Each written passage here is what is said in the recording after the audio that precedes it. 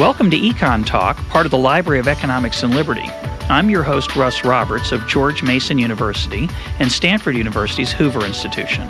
Our website is econtalk.org, where you can subscribe, find other episodes, comment on this podcast, and find links and other information related to today's conversation. Our email address is mail@econtalk.org. We'd love to hear from you.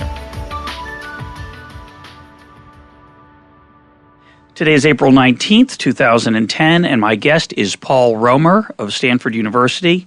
Paul, welcome back to EconTalk. It's great to be back again, Russ. Paul, you're championing a whole new way of economic development called charter cities. Tell us what charter cities are and why they might make the world a better place. Well, let me start with the practical and then give you the more abstract academic. The practical suggestion is that we could identify unoccupied pieces of land somewhere on Earth that are good locations for building a city of 5, 10, maybe 20 million people. We could establish a system of rules that would apply in this new city, and then people would have the choice about whether to opt in to live under those rules. So it's unoccupied land and a charter which specifies a rule and a choice for residents, investors, employers to come in or not. In practice, that's what it would mean, and it would take some governments to come together and establish what piece of land, how do we set up a legal governance structure that would actually enforce credibly out into the future the rules specified in the charter. Now, what's the larger academic motivation here? There's a very broad recognition amongst people who are thinking about development that the bottleneck here is systems of rules that hold people back. Rules that could be different. We have demonstrated cases of better rules.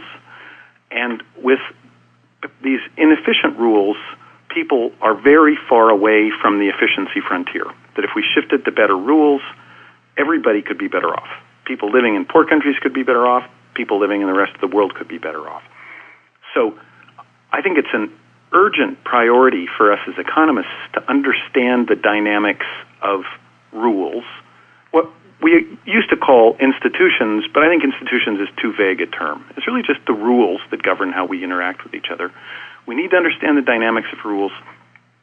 We need to understand how people can move from inefficient rules to more efficient rules, and one should think of a charter city as a practical proposal for speeding up the rate of improvement in the rules that people live under. Okay, well, let's start with the academic understanding about better rules being understood versus worse rules. First, give us some examples of what those might be, and then answer the obvious question if there's such good rules, why aren't there more of them? Yeah. So let's take Haiti, for example, which has been on everyone's minds recently. Paul Collier wrote a report for the UN just before the earthquake, and it's fairly specific about the kinds of rules that hold Haiti back. For one thing, it was against the law in Haiti for a private firm to produce power for sale to others. It was also the case that even if they had gotten rid of that law and said, okay, we'll let private providers come in and provide power, there was also a pretty significant risk that if someone came in and built a major power plant to sell power at lower cost than electricity currently used to cost in Haiti, there's a pretty good chance that the rules there in Haiti could lead to expropriation of the returns of the firm that invests in that power plant. Or conversely, there's a chance that the firm might come in a competitive bid saying, we'll provide electricity at low cost, and then ex post use its monopoly power to hold up the residents of Haiti. So what's missing in Haiti right now are rules that would allow the kind of win-win deal that would let Haitians get access to much cheaper electricity than they can get right now, and would let foreign investors come in and earn a return on investment like one that provides electricity for them. Well, we have a lot of bad rules in the United States. So, people might disagree about which are the bad ones, but we have some bad ones.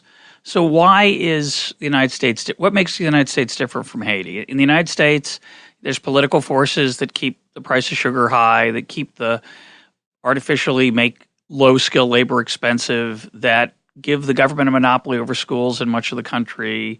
We can, again, not everybody's going to agree on which are the bad rules. Someone with a different philosophical outlook might pick a different set, but everybody agrees that the U.S. could be much better. We might be wrong about that, but we all think we have some idea of how to move in the right direction. And now you're saying, well, we know how to make Haiti move in the right direction, but they can't get there from here, but we can sometimes. So what's the difference in the underlying political structure, presumably, that keeps us on a better path than Haiti? Yeah. Well, first, you have to keep the magnitudes in mind here, and specifics help clarify. Facts on the ground help clarify. So the fact that electricity costs Haitians 2 to 3 times as much as it costs us, that's telling you something about worse rules in Haiti than in the United States. Well, sugar costs Another example would be if you take a Haitian worker and move her from Haiti to the United States, her wages go up by a factor of 5 or 10 almost immediately. So there's something about the environment in which that Haitian can work in the United States. That's partly she can get access to cheap power, but also reasonable road access, other firms to trade with, reasonable export opportunities. The rules in the United States are dramatically better than the rules in Haiti. And if those don't persuade you that they're dramatically better, just think about the probability that a child is going to get kidnapped and held for ransom. In Haiti, they couldn't prevent that kind of kidnapping from taking place. In the United States, for the most part, we do that quite well. So the magnitude of the difference in the quality of the rules in Haiti compared to the United States is huge. Now, the second thing is there's no suggestion here that outsiders are going to come in and sort of steer Haitians and tell them what rules to live under, tell them what to do. The only suggestion here is to give Haitians a choice. Right now, almost none of them can move to the United States and live and work under the better rules that operate here. But we could create some other places with different rules and then let the Haitians choose.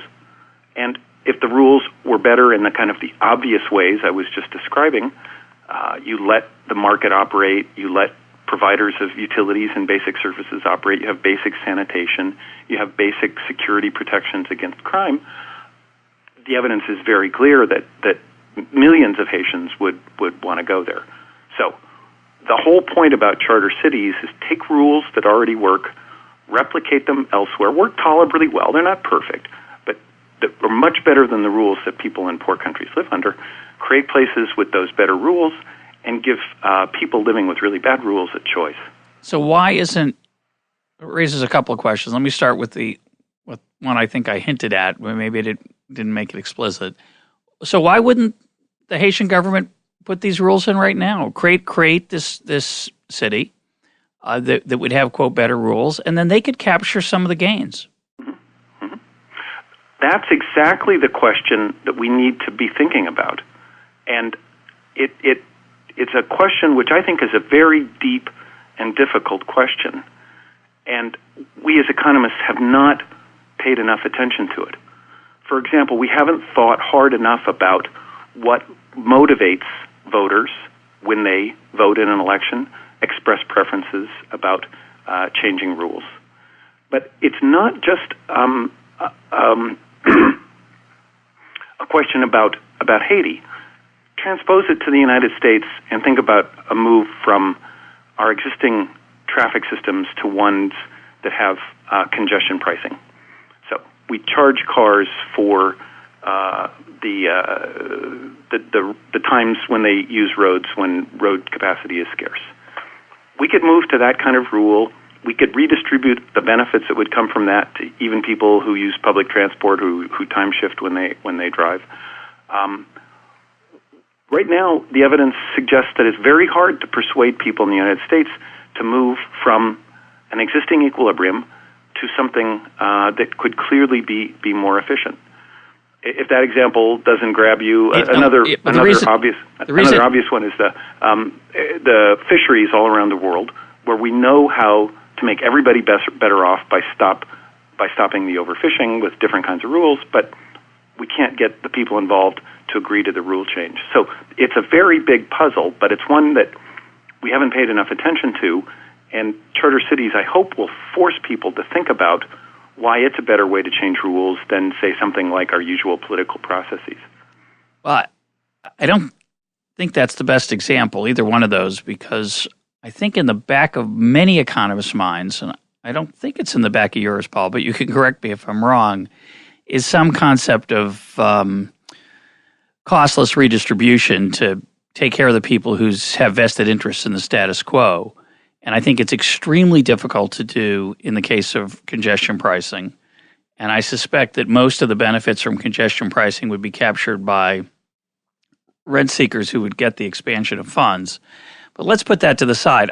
I thought... Yeah, well, just on that one, you and I have actually talked about this one before. If you look at how Stockholm used the funds associated with their congestion charges to supply more public transit, you can actually see that there are ways to make this a real move to the Pareto frontier, that everybody can be better off.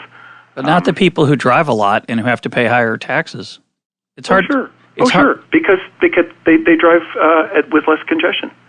And they've got the option of taking lower cost public transit that they didn't have before. I disagree, but let's put that to the side. I think that's if that one doesn't grab you, just think about the fisheries example. Well, it's the same problem. The people who do the fishing typically get allocated the tradable quotas when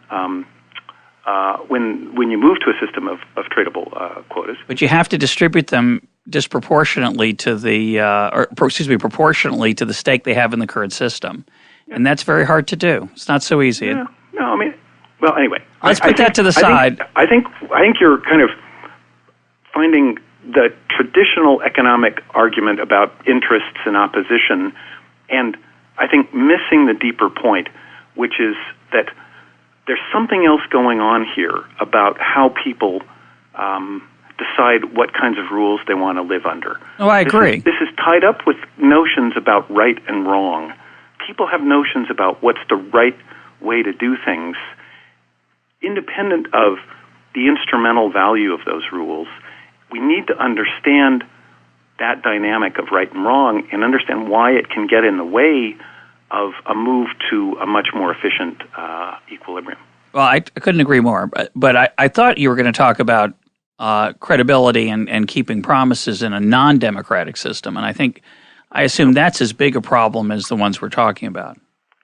So credibility is another very important problem, but let's come back to that in a moment, and just focus on this issue of the reason I like rules as a way to describe what's going on instead of institutions is it helps you start to break things down. You can look at very specific rules, and as soon as you do that, you see that there are some rules which are formal rules enforced by courts and police officers, and there are other rules that are part of people's norms. They are normative in the sense that it seems like the right thing to do, and it's also normal. Everybody else does this, so it's the right thing to do. And there's a lot of evidence now that people will individually seek to punish somebody who violates a norm. So without a formal system of enforcement, like the courts and the police, we establish certain kinds of uniform patterns of behavior based on norms. And again, use a sort of a trivial example from traffic. In New York City, the norm is that it's okay to jaywalk. If you can get across the street without getting hit by a car, that's an efficient thing to do. That's right. In Zurich, the norm is that it's wrong to jaywalk, and people will scold you if you try and cross the street, even when there's no traffic, if you're crossing against the light. So we've got two different equilibria, both enforced primarily by norms about what people think is right. And then we have to ask ourselves, what can change a group of people from a New York norm to a Zurich norm, or vice versa? And how do we make that kind of transition when we're dealing with a much more important issue, like let's allow for private provision of utility services instead of let's make sure that all utilities are provided by the government. And that is the piece that I think economists haven't grappled with, is the role of norms about right and wrong as they play out in the political process. Well, one economist who grappled with it a little bit, and sometimes a lot, was Hayek. And Hayek understood, as you're talking, the point you're making, which I think is extremely important, which is that there are lots of laws that are not legislated, but that emerge from social interactions and competition among other rules, and they become part of our lives when we don't think about them. And I think understanding that and understanding the contribution they make to our everyday lives is spectacularly important. To tell a very quick story I think I've told before, a friend of mine who knew someone who had made reservations for a conference to be held in Russia shortly after the end of the Soviet Union. And as the conference approached, the hotel contacted the friend and said, I've got bad news. I can only give you half as many rooms as I'd promised. And the friend said, what do you mean? We had a contract. And the entrepreneur, the hotel owner, said, well, sue me. I got a better offer and I don't feel like keeping my contract. And that kind of thing, it has happened in America, but it's not very common. For one reason is it's easier to sue people here, for better or for worse, but that's not the main reason it doesn't happen very often, I think. I think the main reason it doesn't happen very often is that somebody who does that feels pretty lousy about themselves. And our culture punishes people both through reputational issues and through conscience and all kinds of informal mechanisms to make that an unattractive outcome, even though in the short run it's in your interest to break the deal that you made. And so that's an advantage we have that isn't quantified. It's not in a textbook. It's a cultural norm that is in the United States. It's extremely helpful to have. So here's my question about charter cities. If we impose, that's not the wrong word, if we establish an option for people in a very poor country to live under a different set of rules, is it really imaginable that we could design that anyone could design those rules from the outside? And I don't mean from the outside literally. I don't mean that it's a foreign entity or anything. Could anyone internally design those rules and create what we would call a city?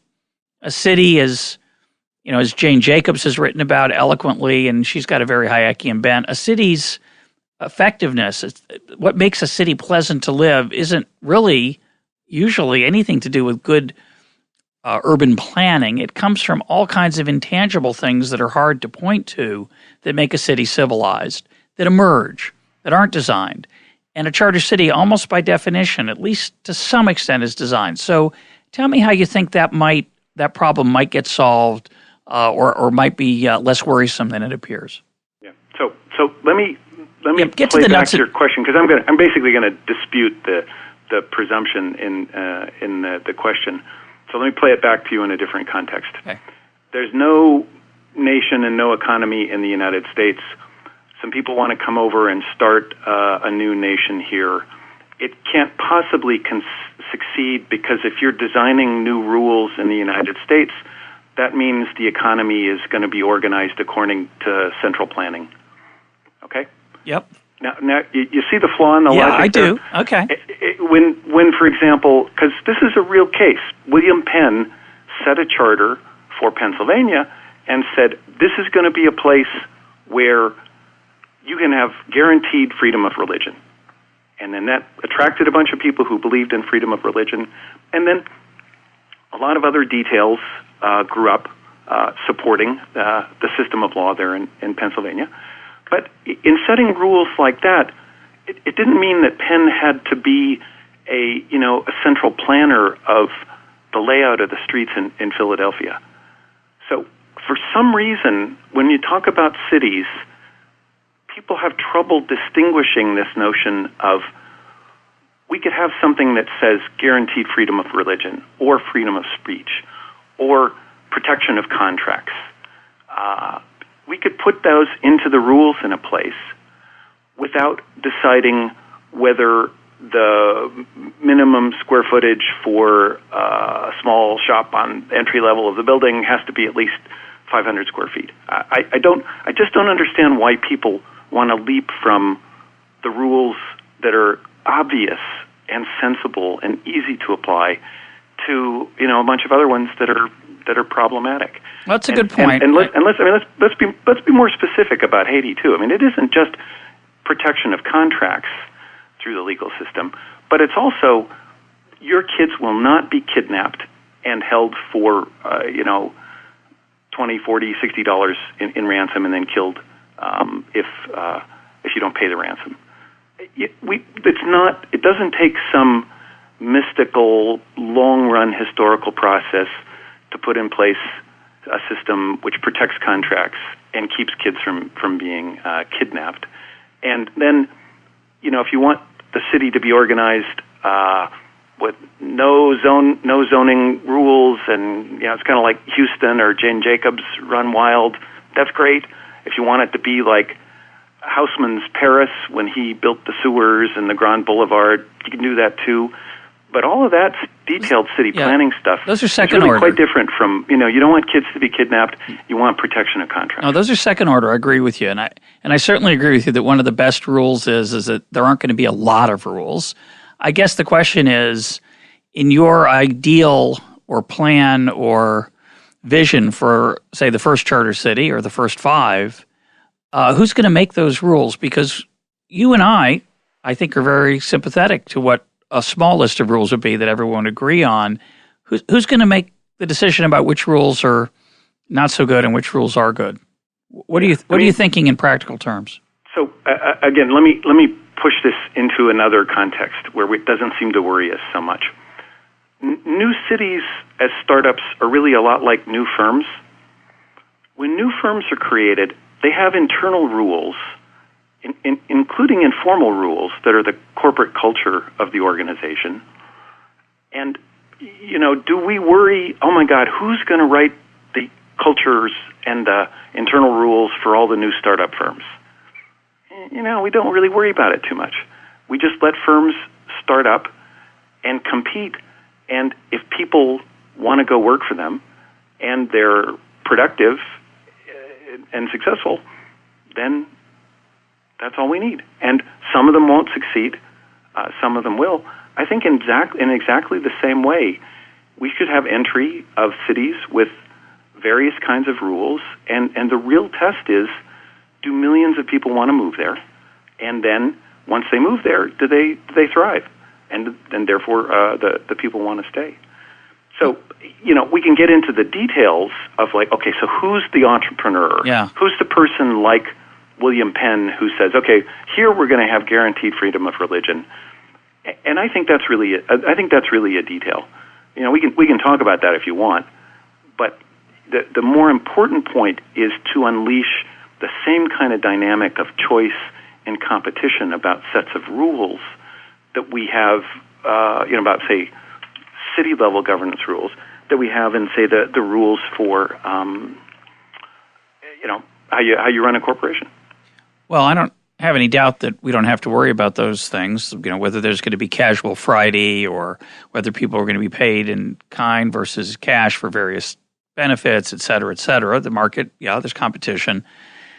But I think we have to get to some of the nuts and bolts because I don't understand them. So help me understand how we would get the first one. Talk about a generic first charter city, how it might emerge, and what its functioning would be like. Sure. So there are 3 conceptual roles that nations can play here. One is the role of a host. Some nation will have some land that will host the city. Another is the role of a source. It could be a nation from which people who go to the city come. The third is the role of a guarantor. And these roles can be mixed and matched in a bunch of different ways.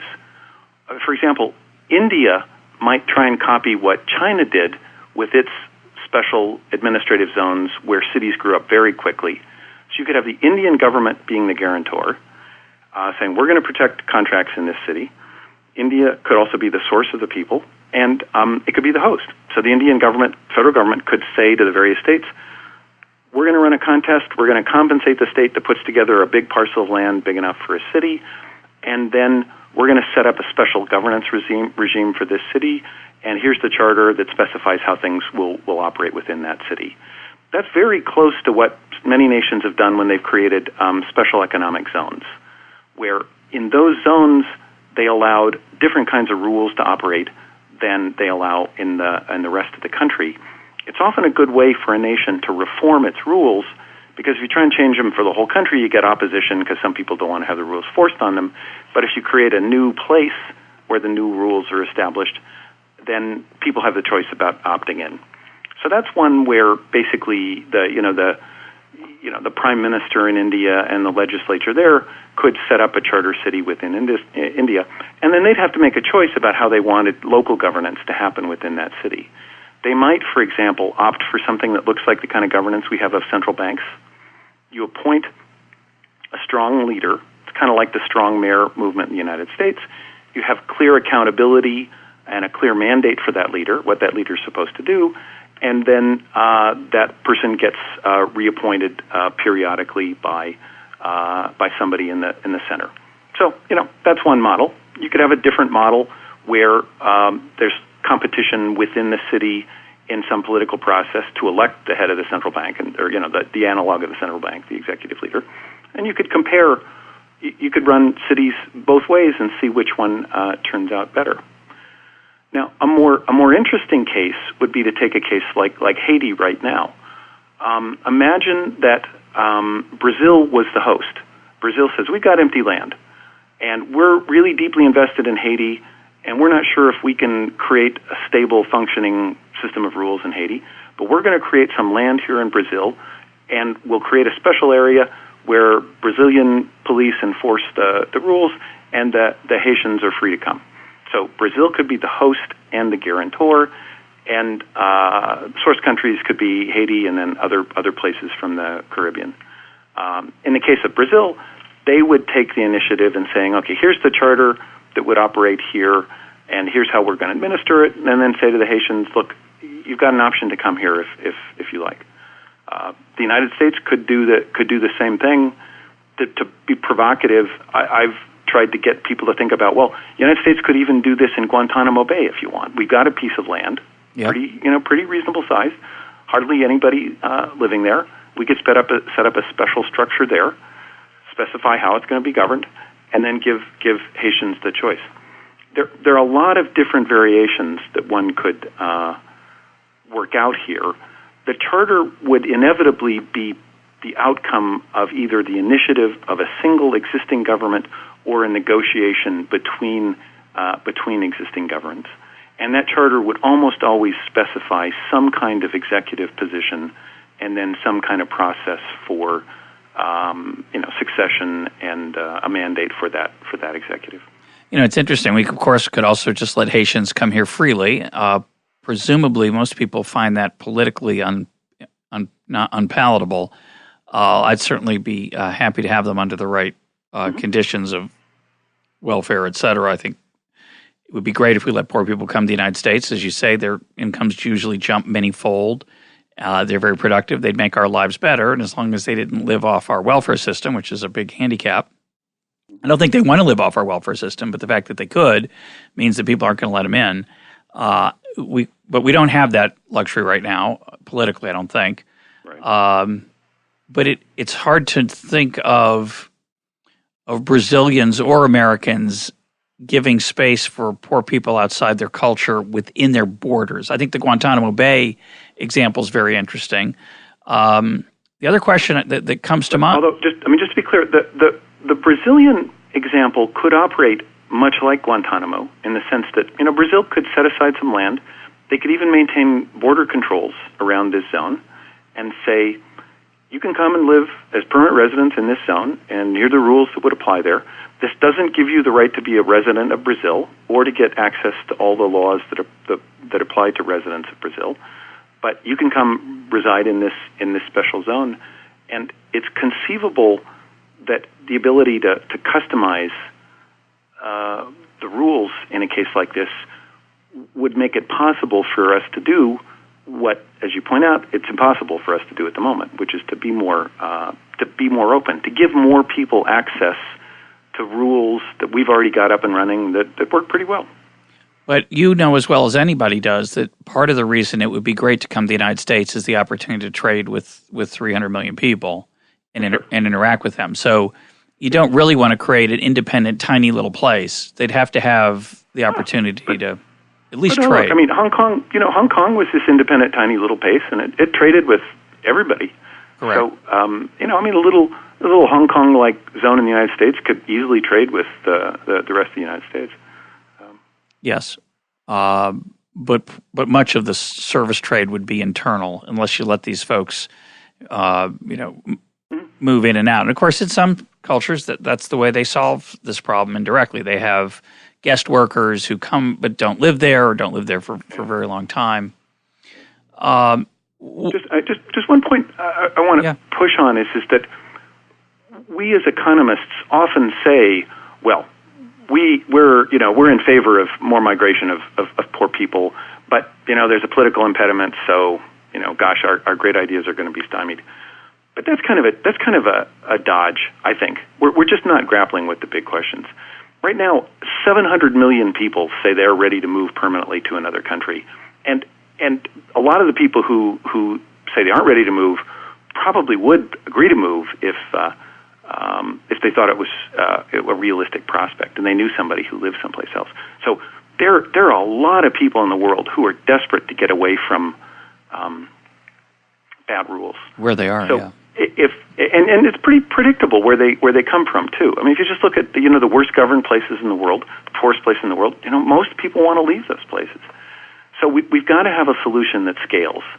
And we could say, well, we could take a couple 100,000 more people in the United States. That's just a drop in the bucket. We really need to think about how can we create places for a billion people. Yeah. And then if you had 100 cities of size 10 million, then that's something we could contemplate. So let's talk for a minute about the what might be a practical path that could get us from here to there. One would be really good. Going from 0 to 1 would make a really big difference, right? It would help you go from 1 to 100. Yep. How might we get from 0 to 1? Yeah. Well,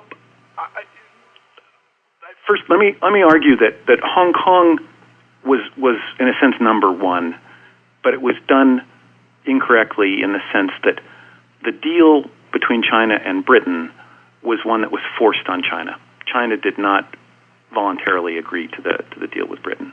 People in China now will say that it turned out so well for China, they'd do it over again if they could. But at least in the beginning, it was forced. But Hong Kong is at least an illustration that this can happen. It has happened historically. Philadelphia or Pennsylvania is another illustration, but that's even more remote historically.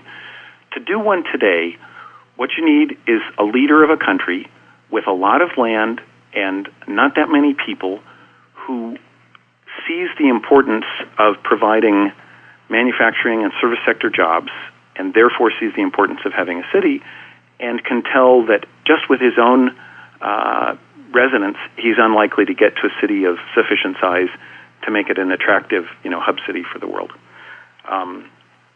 There's a set of conversations I have which are going to be relatively public in the next few months with the previous president of Madagascar, who said that this would be a great idea for Madagascar. That if there's a special zone in the southwest part of Madagascar where almost nobody lives, that the Malgache could move and live there and work in areas like garment assembly, that people from throughout the sub-Saharan Africa could also move there. You could get to a population of 10 million people, have it be a hub, which is kind of a major connecting point between Asia and Africa. And if he had a partner who joined in this city with him, he could solve this problem of commitment, long-term commitment to investors in infrastructure, because he knew that there was a risk of political unrest in the future and that investors wouldn't come in if the only guarantee of their investments was by the president of Madagascar. So how would the partnership work? He was very open to this, and we talked about partner countries that he would be comfortable working with. And the kind of structure one could imagine is something like a treaty which would assign administrative rights over a piece of land for some period of time to either another nation or some consortium of nations, of which the host country, like Madagascar, could be a member of that consortium. And that treaty would assign administrative rights, and then the administrative rights would be, meaning the legal system and the regulatory enforcement, would be provided by this other entity. And then, depending on how the charter specifying all this is set up, it could be that the city eventually returns to governance under Madagascar, but then you have to plan ahead about, well, what about all these people who've been permanent residents in this city but aren't yet citizens of Madagascar? Do they become citizens? Or it could be there's some vote or some decision in the future about unification, or it could be that it continues indefinitely independently. But this was something that he was eager to pursue, and I was starting conversations with other European nations who could play the role of the guarantor, and then there was a coup in Madagascar and he got thrown out. So that one's not going to go forward. But there are other countries like that where the leaders see the same potential for really jump-starting growth through rapid urbanization, and I think that's the path where we'll get the first one. Let's step outside the developed world for a second. Let's talk about, the developing world, and let's talk about the United States for a minute. Yeah. A lot of states with some serious budget problems. Have you thought at all about, say, California starting a charter city? Or, there's a movement, the Free State Movement, the idea that a bunch of folks who want free market rules would move to a particular state. New Hampshire's been suggested where they could use political influence to change the rules in those states. The United States is rather inflexible, I would say, and we don't see that kind of experimentation. A lot of people have said that we do see the kind of experiments in, say, healthcare that should give us information about what works and doesn't work, but there isn't that much experimentation in the United States. Any thoughts on that? Yeah. Well, the first point is that as unhappy as we are with them, the rules in the United States are still just dramatically better than most places on Earth. And so the United States is still the place that most of those people who are willing to move permanently want to come. So to me, it seems a less urgent problem to address the weaknesses of our existing rules, to find a dynamic which would improve our existing rules. It's a less pressing issue than to address the comparable problem in sub-Saharan Africa or Haiti or Southeast Asia. That's the first point. The second point is that from a purely practical matter, we've had pretty free entry into the city building business here in the United States. It's pretty open, free equilibrium with movement between cities. So we're not scarce. Cities are not scarce in the United States. So building a brand new city probably doesn't create that much additional value. If a whole bunch of people move to this new city, the land there would get more valuable, but a lot of it would come as a reduction in value in land in other places that people leave from. So the total gains to society from creating entirely new cities in the United States are probably not that large. Whereas in the developing world, the gains are just enormous. And those gains can be used to finance things like the infrastructure that you need in these new cities. So it's much easier to pull off this huge movement towards the efficiency frontier in the rest of the world. So those are the two reasons why I personally am not as interested in trying to use the charter city as a way to improve the dynamics of rule setting here in the United States. All of that said, I think it's still worth asking these questions about how do we change our rules, and is there any way to create something that looks a little bit like a startup dynamic? In a way, the United States right now is a little bit like Sears Roebuck before, when discount retailing was coming in. And, or maybe IBM when the PC revolution was coming. It's kind of like, oh man, we got to change our rules. We got to get up to speed. The world's changing. We got to fix our rules. But it's a really contentious, difficult, slow, agonizing process for a big collection of existing people to change their rules. If you could create more opportunities for something that looks like a startup where some different rules could be tried, and then people could self-select into these rules, and then if they worked, they're demonstrations, and they're more effective. I think some value would come of that in the United States, but we just have to think about how to structure that. And it might not be tied to cities for the reasons I was just describing. But the one other thing that I think should be part of the discussion here in the United States is other ways that we can change our rules for changing rules. Stockholm is a really interesting example. I described before how they made the change to congestion pricing with a really clever system where they actually implemented the congestion pricing system and the extra bus lines and everything about what the new system would be like for 7 months. So they agreed through legislation that they were going to do that, and then they agreed they were going to turn it off. So they took away the bus lines, they stopped the congestion pricing, and then they held a referendum about whether or not to go back to the congestion pricing and the extra public transit. So I thought that was a very clever way to sort of add to that. the democratic process, as sort That's of a try cool. before you buy it. And it actually passed in Stockholm after that initiative.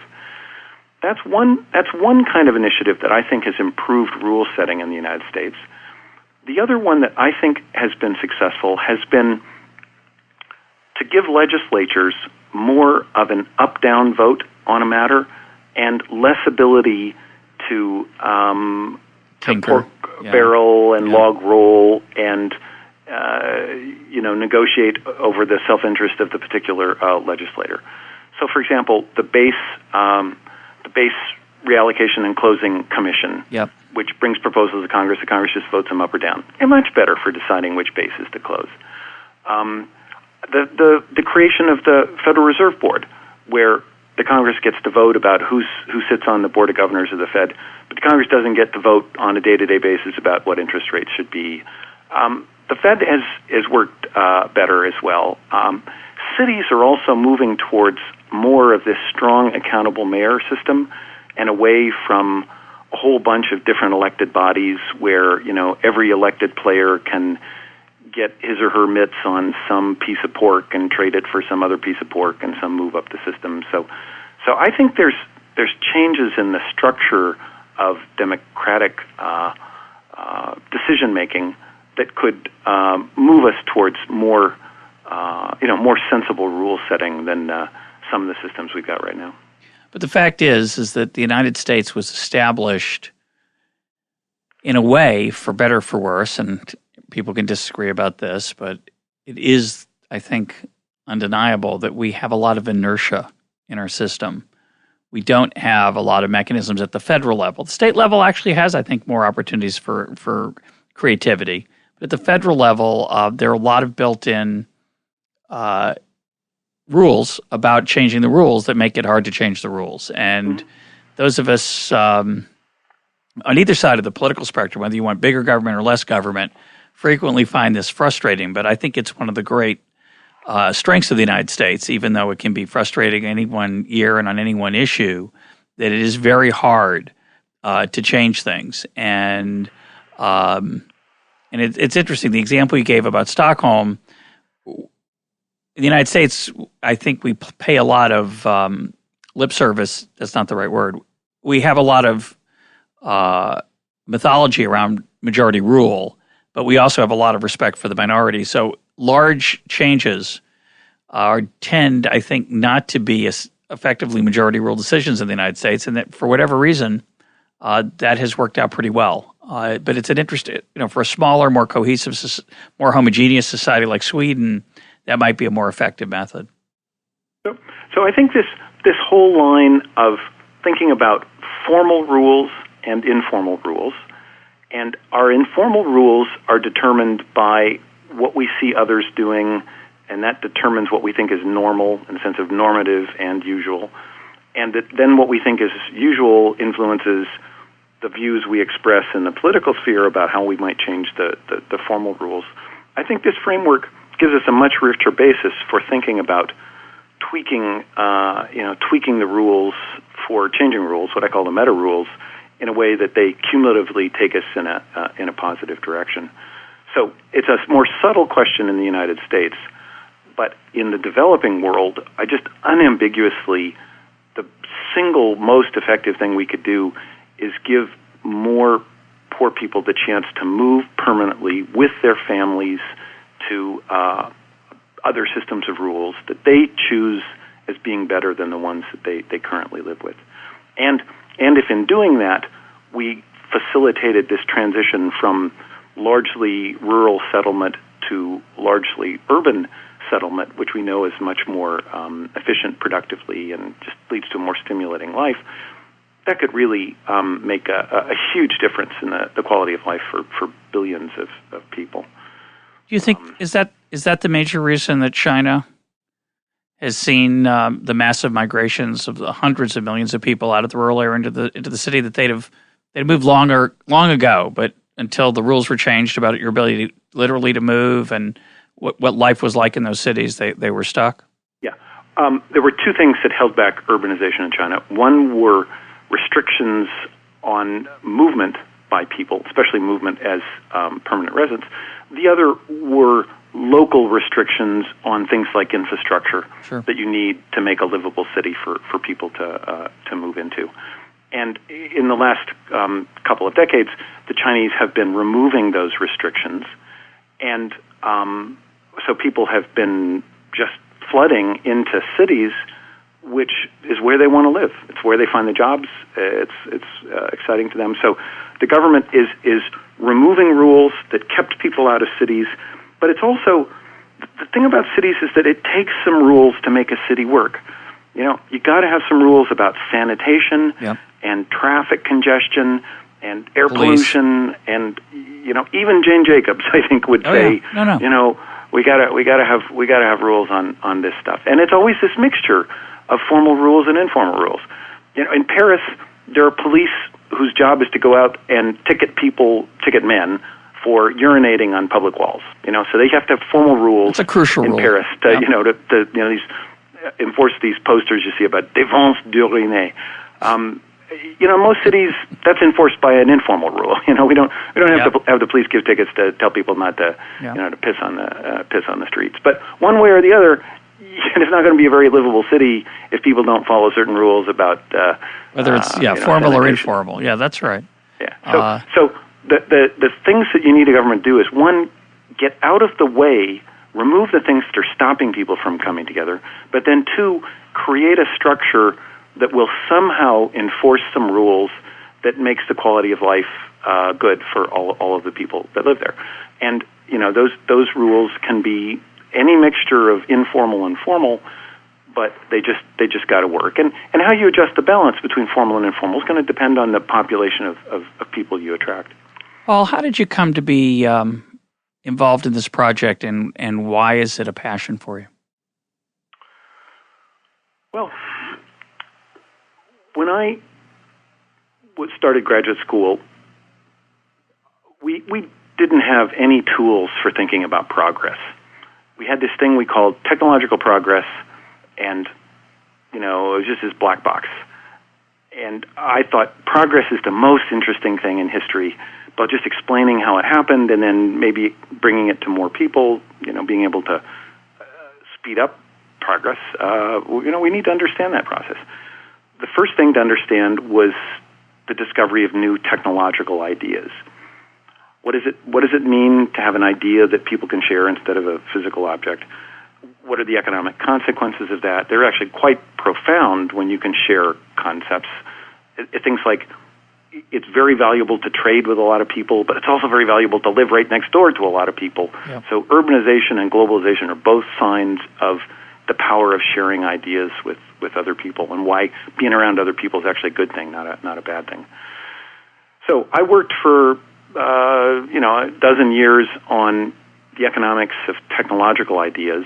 And we did a podcast on that. But then when you look at the failures of development, that technological ideas should say that poor countries should be able to catch up really fast because they don't have to reinvent the wheel, they just copy it. But yet, and you see that in some cases, but the glaring counterexamples are the ones where they don't catch up. And so I became persuaded that we had to understand. And at the time, I started thinking about, well, we got to understand institutions, we got to understand politics, we got to understand what's going on inside people's heads when they decide to stick with rules that clearly make everybody worse off, even though, given the chance, they'd move to some place that has different rules. And it was that shift away from technological ideas towards these ideas as rules, and this distinction between rules as laws as opposed to rules as norms, that came out of this thinking about this notion of a charter city. So you've had a very unusual career. You were a extraordinarily productive academic doing the work you were talking about for those dozen years. Then you became an entrepreneur. You founded an education company, Aplia. And now you're involved in a different kind of entrepreneurship, what we might call, I guess it's called social entrepreneurship. Yeah, right. Which is a strange category. But two things. What proportion of your time, roughly, do you spend on this particular project of charter cities? And I ask that because, there's a cerebral aspect to this project, but of course there's a very non-cerebral part, which is those people whose kids are getting kidnapped and who are living on $1 a day and who don't, in a different world, they wouldn't. So I think I want to make sure our listeners have a feel for, this isn't just some clever, provocative academic idea that you're writing a paper on with a lot of mathematical equations. So talk about how much time you devote to this roughly, and what are the practical likelihood of this kind of project happening in your vision. I just want to make it clear that this is not just a pie in the sky idea. It might end up being one. We hope not. Yeah. So on the kind of the career, I think you kind of nailed it right, which is that I had an initial phase of my career that was kind of like just curiosity-driven basic science. I really wanted to understand kind of the economics of ideas. Then I basically did a reset. I went out, was an entrepreneur for a while. I had promised myself I would get out of my initial line of work after about 10 years, because once you've been in a field for about 10 years, I think you start to become a bottleneck and a roadblock instead of an innovator. So I did a reset in the entrepreneurial thing on education, which I also care about, but then sold that, and now I'm working full-time on this new initiative about charter cities. In the allocation of my time, probably more time is devoted to somebody, flying someplace to meet somebody who knows somebody who then knows somebody who knows the minister in Madagascar, who eventually gets me in to meet the president in Madagascar. So there are a lot of conversations like that right now, because I don't think people will take the practical details of a charter city seriously until they realize that there are places that would really like to do something like this. And I think once there's a couple of countries that want to come together around a particular site and run with this idea, then I think all of the both practical details and the subtle intellectual details will come much more sharply into focus. So I've been a little slow to kind of write papers pushing people about how do we change preferences to incorporate norms about right and wrong, mostly because I've been talking about these ideas with people, but I've been slow to write about that for my colleagues, because I think the most important thing is to get to make this into a kind of a reality in a particular place that people can imagine. And in terms of probabilities, I still think within a year or two we're going to have a place like that, and we're going to have a chance at trying something really quite different. Do a lot of people express skepticism about that because you're a pointy-headed academic? Blah blah blah. Do you have is that a plus or a minus? Being a point, you don't really have a pointy head, but yeah, right. I think it's probably a small minus. That it is it is a natural concern when someone from the university says we could do this in practice. It's natural to say, okay, well, how did you figure out you could do it in practice? Did you just publish papers, and all of your friends in their offices read your papers, and you all talk to each other. That people want to see some buy-in from others who have more experience on the ground.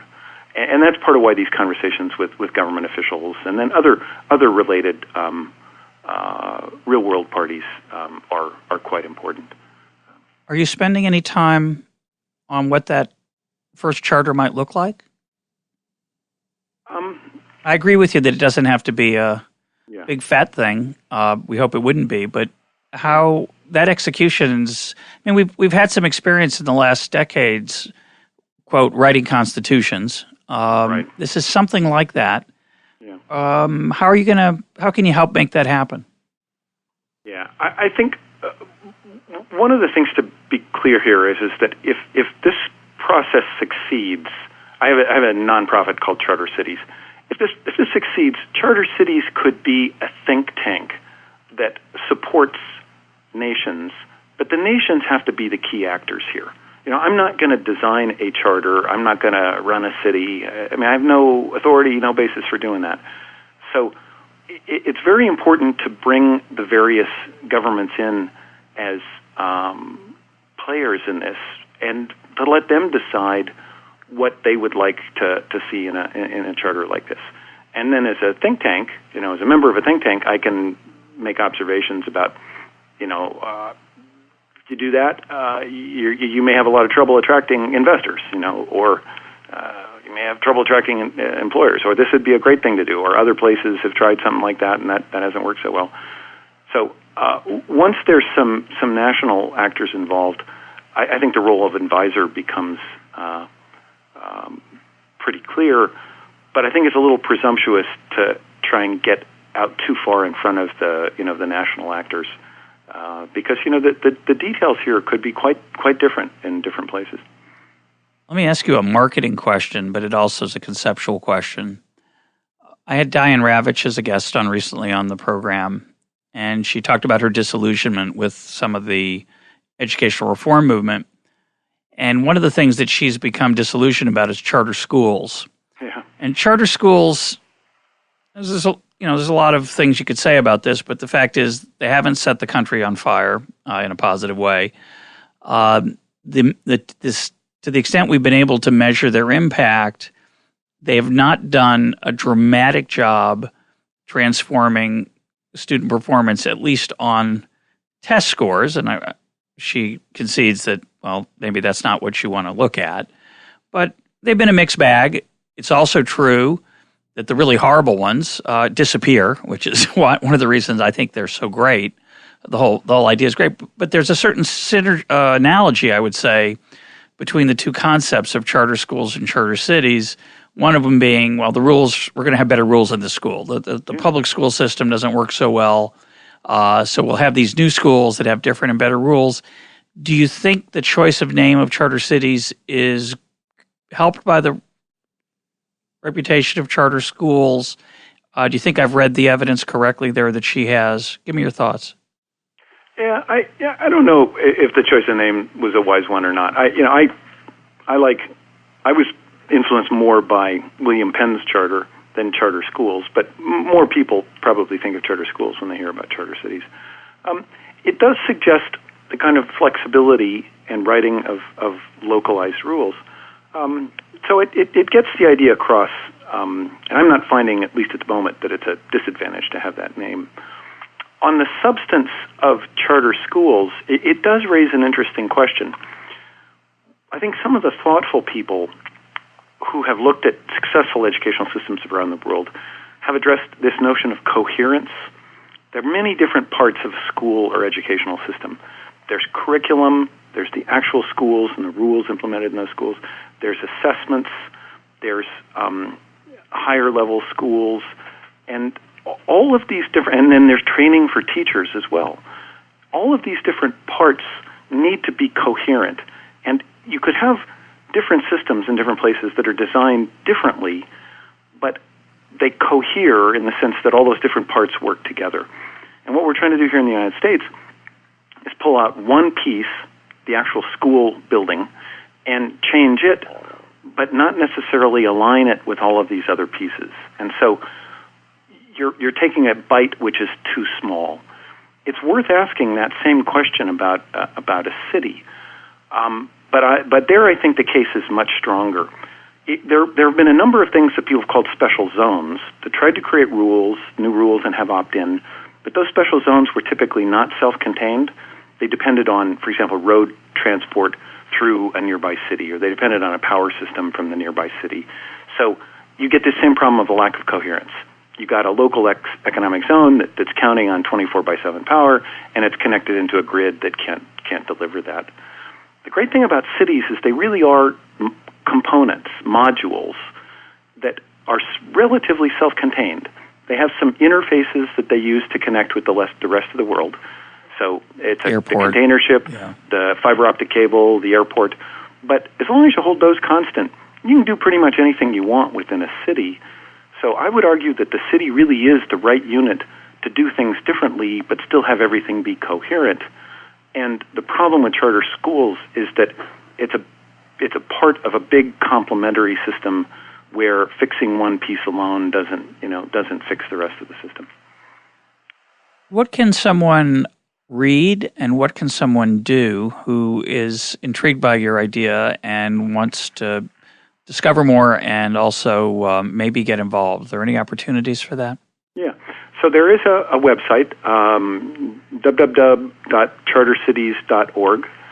There are some news accounts and documents that I've written and others have written on that website. There's something we're calling a blog, but it's not a here's what's happening today kind of blog. It's some thoughtful pieces that we post once a week or so on these general questions about cities and on the dynamics of rules. So there's a blog post, for example, about the vote for congestion pricing in Stockholm. And I just did a blog post recently about squatter residents in Phnom Penh, a really wonderful article describing how cities are just so valuable that people will live in awful conditions in terms of sanitation to be able to be close to the action. So the Charter Cities kind of papers and materials and blog are a good place for people to read and learn more.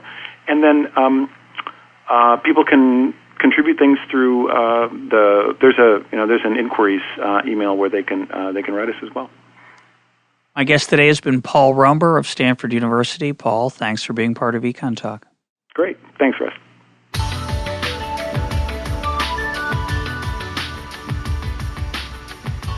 This is EconTalk, part of the Library of Economics and Liberty. For more EconTalk, go to econtalk.org, where you can also comment on today's podcast and find links and readings related to today's conversation. The sound engineer for EconTalk is Rich Goyette. I'm your host, Russ Roberts. Thanks for listening. Talk to you on Monday.